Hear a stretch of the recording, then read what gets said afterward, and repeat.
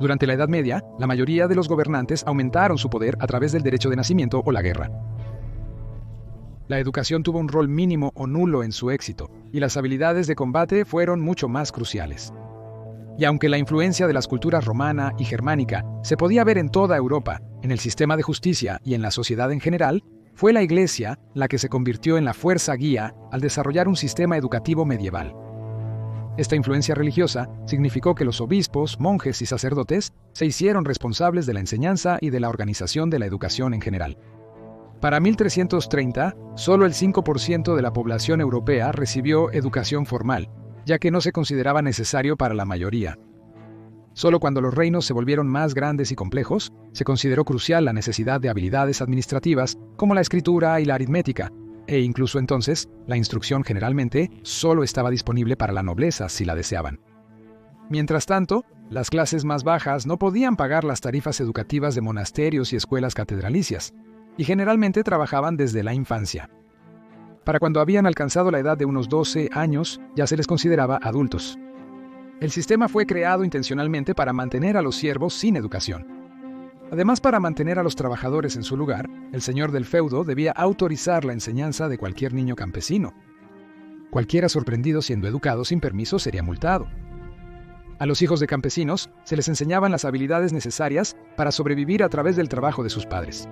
Los niños iban a los campos con sus padres para aprender a cultivar, mientras que las niñas ayudaban a cocinar, cuidar animales, cultivar verduras o veían a su madre hilar o tejer. Niños.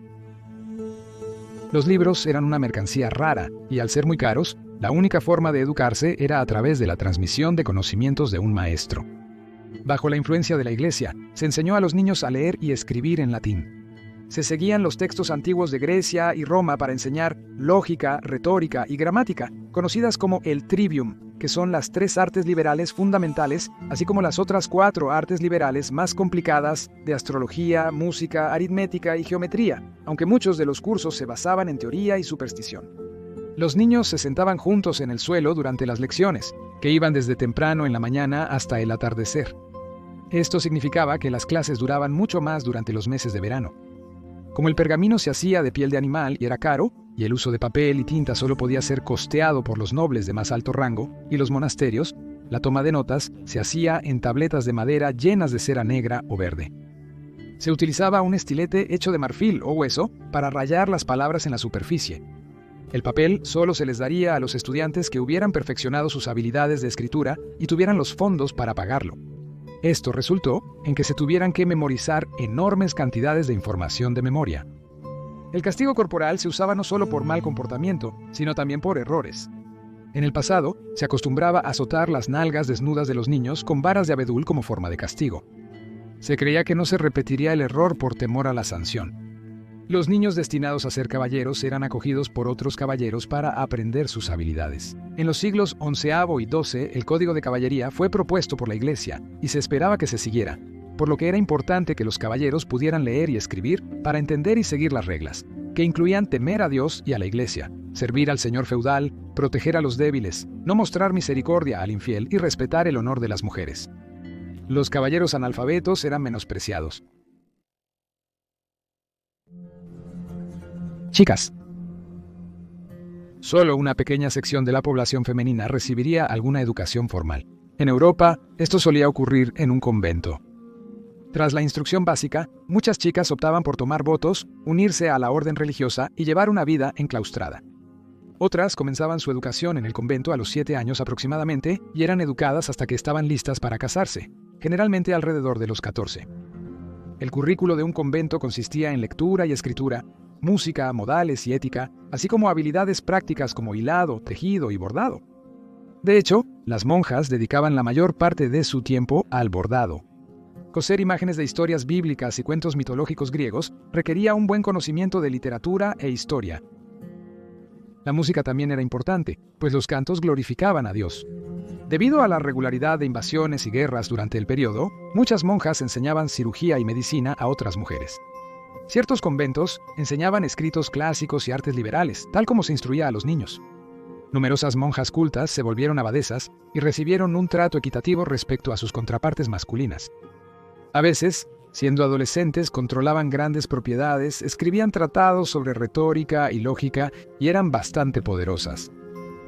Las niñas nacidas en hogares nobles solían tener una enfermera personal hasta los 7 años, y luego eran instruidas en labores académicas por capellanes. Como los hombres solían estar fuera luchando, se enseñaba a las niñas sobre la gestión del hogar y la medicina por si los hombres regresaban enfermos o heridos. Las niñas también aprendían las gracias sociales como cantar, bailar, comportamiento y el arte de la conversación. Se valoraban las habilidades ecuestres, el ajedrez, los juegos de dados y la cetrería.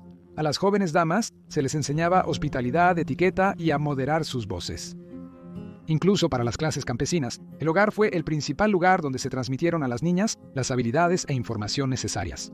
Los padres eran responsables de enseñar religión y transmitir cualquier habilidad básica de lectoescritura que tuvieran.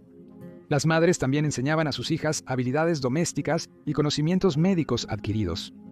En la época medieval, el matrimonio y la maternidad solían ser las metas principales para las mujeres jóvenes. Las mujeres dependían de la protección masculina y su educación se limitaba a prepararlas para ser mejores esposas y madres. Escuelas monásticas. Dirigidas por el Vaticano, las escuelas monásticas eran parte de un monasterio y estaban dirigidas por una orden como los monjes benedictinos o franciscanos. La educación generalmente se orientaba a una vida laboral en la comunidad religiosa. Se daba énfasis al estudio y copia de las obras de filósofos, polímatas y médicos griegos y romanos. Algunas escuelas monásticas estudiaban incluso temas controvertidos como botánica y física. Algunas de estas escuelas permitían educar a niños pobres, pero debían servir en la catedral para ser considerados. Escuelas de gramática. Para el siglo XI, los comerciantes comenzaron a emerger como la nueva clase media, y algunos de estos comerciantes exitosos provenían de las clases bajas. A medida que emergían ciudades, atraían a comerciantes especializados como boticarios, tenderos y zapateros. Se formaron gremios y los comerciantes ricos empezaron a fundar y costear escuelas locales para educar a sus propios hijos. Estas escuelas se conocieron como escuelas de gramática. La enseñanza de la gramática latina era esencial, ya que era el idioma utilizado por muchos de los comerciantes europeos. El latín era un idioma universal en Europa, y cualquiera que quisiera comerciar exitosamente en el continente necesitaba conocerlo prácticamente. La educación de un hijo de comerciante garantizaría la continuidad de su negocio. Durante el medioevo tardío, los temas se expandieron para incluir la enseñanza del inglés, otros idiomas europeos, geografía y ciencias naturales. La mayoría de las escuelas eran pequeñas y de una sola aula. Un tutor enseñaba a los mayores, quienes luego debían enseñar a los más jóvenes. A los 14 o 15 años, algunos estudiantes seguirían su educación universitaria.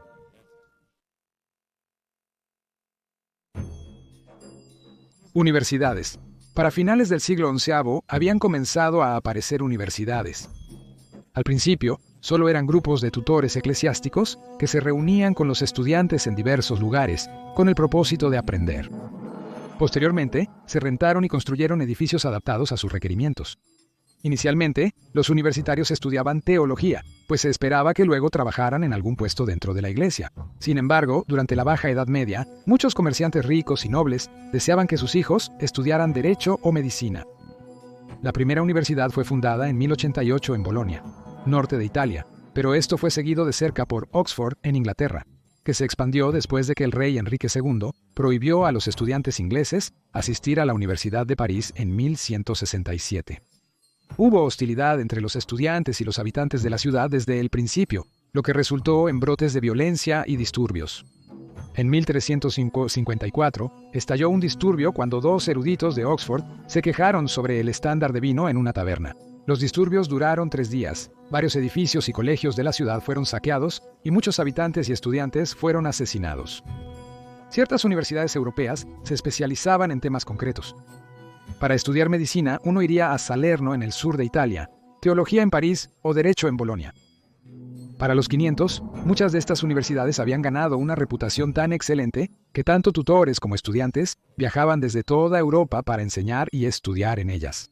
Muchas de estas universidades medievales siguen siendo grandes centros de aprendizaje hoy en día. Debido a que los jóvenes se encontraban lejos de casa y sin supervisión durante sus estudios, desarrollaron una reputación por la embriaguez y el comportamiento descarado. a menudo eran condenados por su uso de prostitutas y por beber y apostar.